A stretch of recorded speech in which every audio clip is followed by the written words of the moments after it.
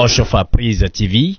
Tout pour la gloire de l'Éternel, Dieu de Shofa, Shofa, Shofa, Shofa.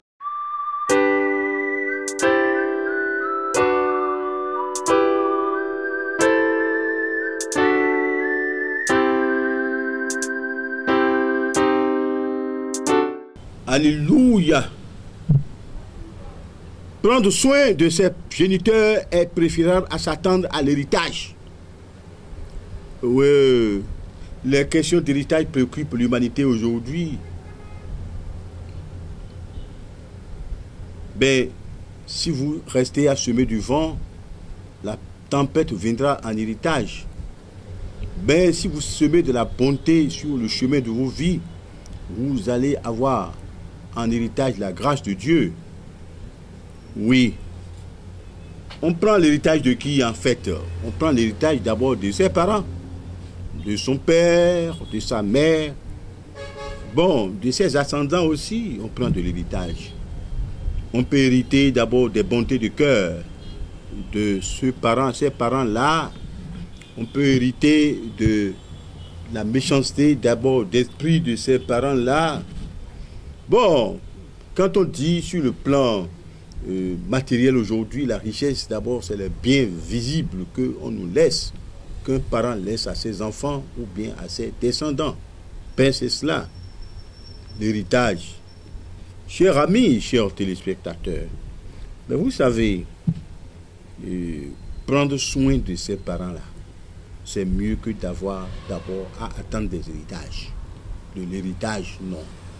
Mes amis, il faut prendre soin de vos pères, de vos mères, hein, de vos tuteurs, de ceux-là qui ont fait de vous d'abord des hommes bons et grands que vous êtes devenus.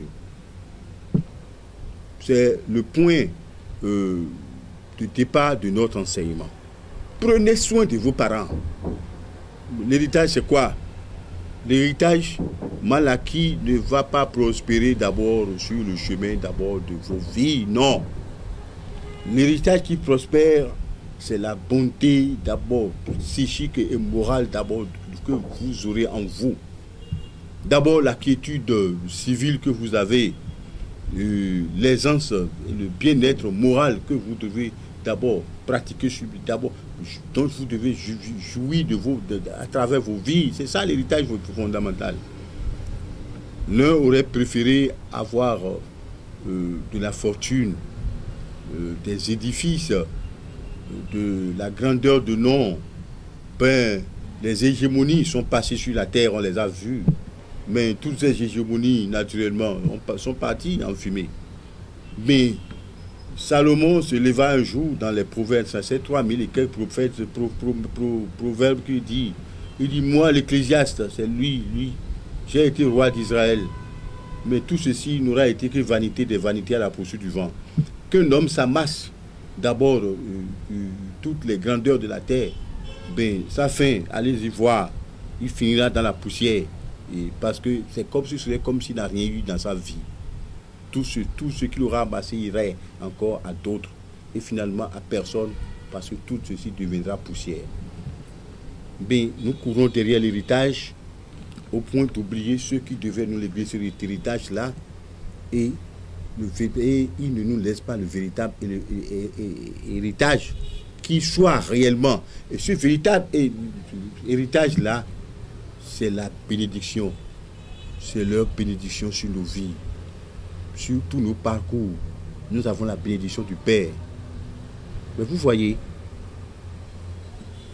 ceux qui ont été bénis dans la Bible, vous avez vu, mais Dieu a dit à Abraham, mais toi, tu dis que tu n'as pas d'enfant. Contre les étoiles dans des cieux, tu auras plus de progéniture que ces étoiles réunies.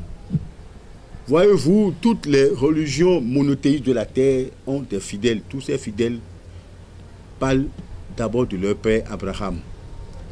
Le peuple qui a séjourné sur la terre et qui passe au jour le jour, tous ceux-là ont parlé d'Abraham. Et jusqu'à l'éternité, on parlera d'Abraham. Abraham a de la progéniture parce qu'il a été béni de son Dieu, d'abord du Dieu de l'éternité, le Dieu qui est la source d'abord de l'héritage. Voilà. Dans Genèse chapitre 45, des versets 3 jusqu'à 11, on nous fait apanage d'une histoire, l'histoire de Joseph, qui a eu la suprématie finalement sur tous ses frères qui l'ont vendu. Oui, Joseph a été vendu, l'enfant de Jacob a été vendu par ses frères. Il a été vendu, c'est-à-dire que la bonté de Dieu l'a suivi. Les bénédictions de Dieu l'a suivi, la simplicité de son cœur a été pour lui une source de bénédiction. Et Joseph en Égypte était devenu le plus grand intendant d'abord de Pharaon. Allez-y voir quelque chose. Alors, Joseph retrouva un jour ses frères, les a graciés, mais s'était souvenu dans un premier temps de son père Jacob. Parce que dans leur pays, en Mésopotamie et autres, il y aura la famine bientôt. Il dit, amenez-moi mon père, ma mère, amenez-moi vous tous, venez vivre avec moi, je vous donnerai à manger, je vous entretiendrai. Monsieur le chef, monsieur l'érudit, monsieur le richissime, mais ton père, tu en fais quoi? Ta mère, tu en fais quoi? Il a sa maison, il a ses maisons, il a d'abord sa fortune, c'est-à-dire au soleil, mais sa mère, son père, ils sont d'abord sous la paille là-bas, en train de vivoter, et le jour où ces derniers connaîtra la mort, il viendra exposer sa grandeur à ses amis, mais pas à son père même décédé, pour montrer que lui il est riche, qu'il va l'enterrer avec pompe.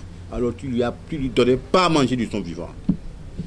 Tu as vu jusqu'à quel degré, d'abord, tu es insensé, c'est-à-dire qu'on soit insensé de ne pas rendre à nos pères et nos mères, à nos géniteurs, d'abord ce qu'on leur doit. On leur doit l'entretien, on leur doit d'abord le suivi, on leur doit d'abord le respect, on leur doit de l'attention. Mais combien de fois, c'est-à-dire madame, c'est-à-dire richissime, tu as trouvé un mari qui se dit, toi tu étais moi je ne veux pas faire des villageois, que ton père, ta mère reste là-bas, et tu te complais, et puis on dit, si on peut leur envoyer quelques miettes de sous là-bas, mais tu es maudit.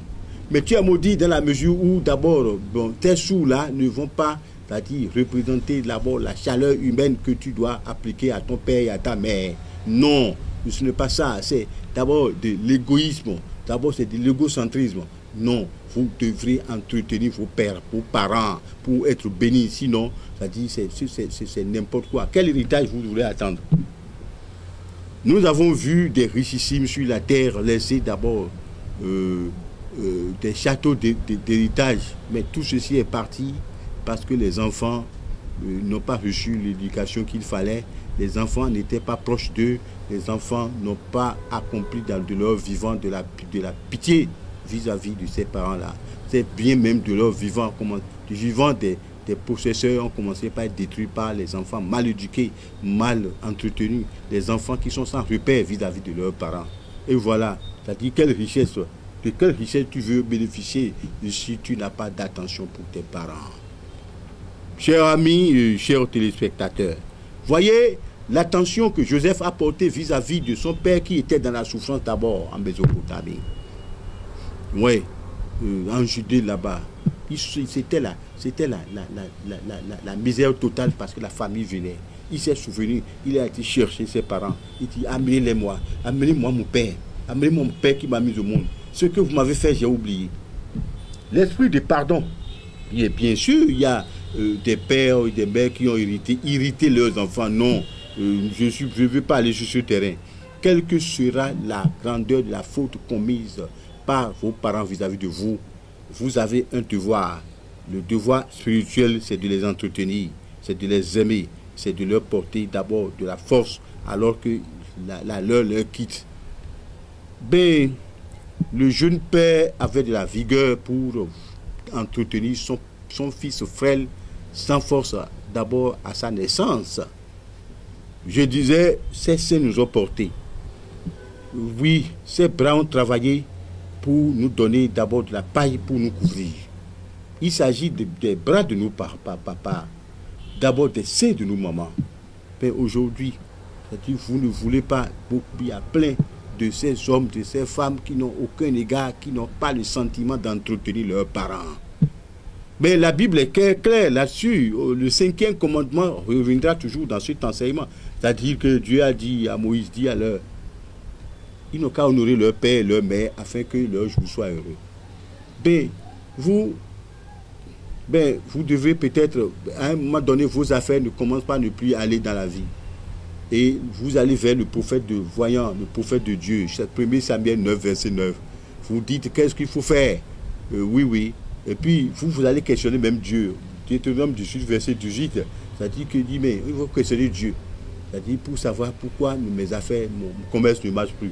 Pourquoi ceci ne marche pas. Pourquoi mes enfants n'évoluent pas. On dit, vous avez négligé vos pères, allez. Et si ton papa était déjà mort, ta maman était déjà morte, comment tu peux rattraper encore ce tir-là? D'autres se disent, on va leur demander des messes. Non, vous perdez votre temps. Vous avez péché, le péché est en train de vous suivre. Vous n'avez eu aucun égard pour vos parents. À leur mort, maintenant, vous organisez des fastes, des cérémonies, des rituels, d'abord à la limite infantile, pour montrer que vous existez. Non, vos pères, c'est terminé. D'abord, les morts n'ont plus de conscience. D'abord, dans ce monde-là, le père a conscience de son fils. Si bénit ce fils-là, le fils est béni. Mais vous n'avez pas vu ce Jacob? Il dit, donnez-moi à manger de la viande. Jacob a couru, il a amené la viande. Esau aussi a couru, mais c'était trop tard. Le premier venu a donné de la joie au papa, il dit, je te bénis. Mais Jacob a été béni. Voyez-vous. Mais écoutez, certains sont déjà en ville reperchés, grands diplômés, grands fonctionnaires, grands hommes d'affaires, mais leurs parents sont en train de végéter au tréfonds de leur hameau là-bas, en train de se dire, je vais manger quoi aujourd'hui? Demain, je vais faire de quoi? Oh, la mort vient me prendre. Mais j'ai pourtant des enfants. Et puis, à des moments donnés, ils vivent de quelques aumônes. Et ces enfants-là croient qu'ils seront heureux. Ils sont heureux, ils seront toujours heureux. Je ne crois pas. D'abord, la loi de Dieu ne ment à personne. Quand Dieu a dit, honorez vos pères, entretenez vos pères pour être heureux, c'est ça. Il n'y a même pas de loi contraire, d'application contraire à la loi de Dieu. Chers amis, chers téléspectateurs, Joseph a envoyé chercher d'abord les 75 membres de la famille de Jacob. Ils étaient au nombre de 75 à partir en Égypte. Et puis ils sont partis pour des années, bien sûr. Mais aux premières années du vivant de Joseph, ils ont été tellement bien entretenus qu'ils n'ont pas été esclaves. Et puis, Joseph, quand Jacob mourut, et il a été enterré, on lui a réservé de l'outre, et puis ses os étaient bien conservés. C'est-à-dire, les honneurs continuent même après leur mort. Joseph aussi, quand il mourut, c'est-à-dire, il y a eu du deuil.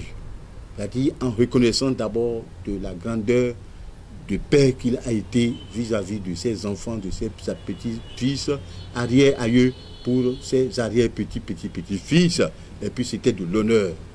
Mais, mes amis, comme Joseph, nous devons prendre en charge nos parents, ne pas leur marchander notre soutien.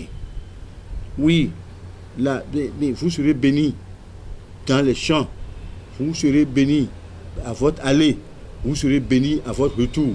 Mais le premier parent l'a dit, c'est-à-dire dans Deutéronome chapitre 28, à partir du premier verset et autres là, mais Dieu a dit, si vous obéissez à la loi que Dieu vous a donnée aujourd'hui, vous serez bénis. La loi que Dieu vous a donnée aujourd'hui vis-à-vis de nos parents, c'est de les soutenir, de leur donner à manger, de les habiller, de leur faire de la joie, de leur faire des fêtes, de les honorer, de ne pas nous dédier de nos parents.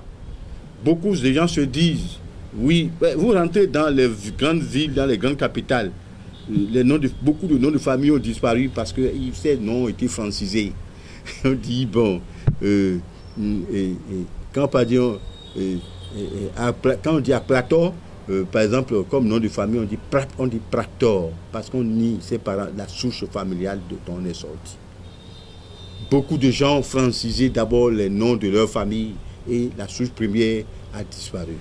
Parce qu'ils ont honte de se déclarer étant issus de cette famille, de ces familles-là, parce qu'ils ont honte de leurs parents. Non, vous pensez que vous serez bénis si vous avez honte de vos parents? La Bible est claire là-dessus. Mais ça dit que il faut honorer vos parents. Quelle que sera d'abord leur nature. Vous êtes peut-être issu d'une famille peut-être très pauvre, mais ils n'ont pas d'argent pour vous envoyer dans les meilleures écoles. Mais ils ont prié de leur Dieu. Leur Dieu a été touché vos vies. Vous êtes allés finalement devenir des icônes de la société. Mais maintenant, en monnaie de Seigneur, vous oubliez ces familles-là au nom de quoi? D'autres se disent, bon, quand ils sont un peu évolués, ils disent, oh, nos parents sont des sorciers, il faut les oublier. Mais ces sorciers n'ont pas mangé vos chairs. Hein. Et vous avez pu être tout ce que vous êtes devenus. Parce qu'ils sont devenus vilains d'abord pour vous aujourd'hui. Vous les appelez des sorciers. Ah oui, ma belle-mère est sorcière. Parce que vous voulez récupérer son enfant et amener l'enfant à le dédaigner pour lui prendre d'abord sa fortune. Non, c'est pas ça. Et puis dans beaucoup de familles chrétiennes, on entend oui que les belles-mères sont sorcières, les beaux-pères sont sorciers. Ah, cette famille-là, nous ne pouvons plus aller là-bas. On motive les enfants pour ne pas aller vers leurs grands-parents parce qu'on dit oui, c'est des sorciers. Eux, ils font les fruits, ils sont féticheurs, ils sont ceci. Mais si vous n'entretenez pas vos parents, Dieu ne va pas vous bénir. Voilà l'enseignement que moi je vais vous donner. C'est-à-dire que beaucoup de chrétiens sont allés sur le terrain d'abord de l'ingratitude vis-à-vis de leurs parents. Et vous pensez que les ingrats sont acceptés dans la maison de Dieu? Non. Et chers amis, chers téléspectateurs, il faudrait que nous disions la vérité. C'est-à-dire prendre soin de ses parents et géniteurs. C'est-à-dire c'est attendre d'abord la meilleure des parts d'héritage. Le véritable héritage d'abord dont il s'agit d'abord c'est la renommée, la bonne renommée. Si vous êtes une famille où les gens ont déjà d'abord un cœur simple, si ces familles ont grandi d'abord dans la connaissance de la gloire de Dieu, dans les bonnes mœurs, dans les bonnes coutumes, vous allez plutôt vous vouloir voler à la prise en charge de ce genre d'héritage-là. Ce genre d'héritage-là, c'est-à-dire c'est plus important que les maisons, les voitures, les avions qu'on va vous laisser, que vous allez dilapider. Et tout de suite là. Ben, voyez-vous, dans l'histoire du peuple de la Bible, il y avait un roi, ce roi avait plus de fortune que tous les rois de la terre. C'était Salomon. Mais qui aujourd'hui peut se dire, je suis héritier de Salomon? Tout ceci est parti en fumée.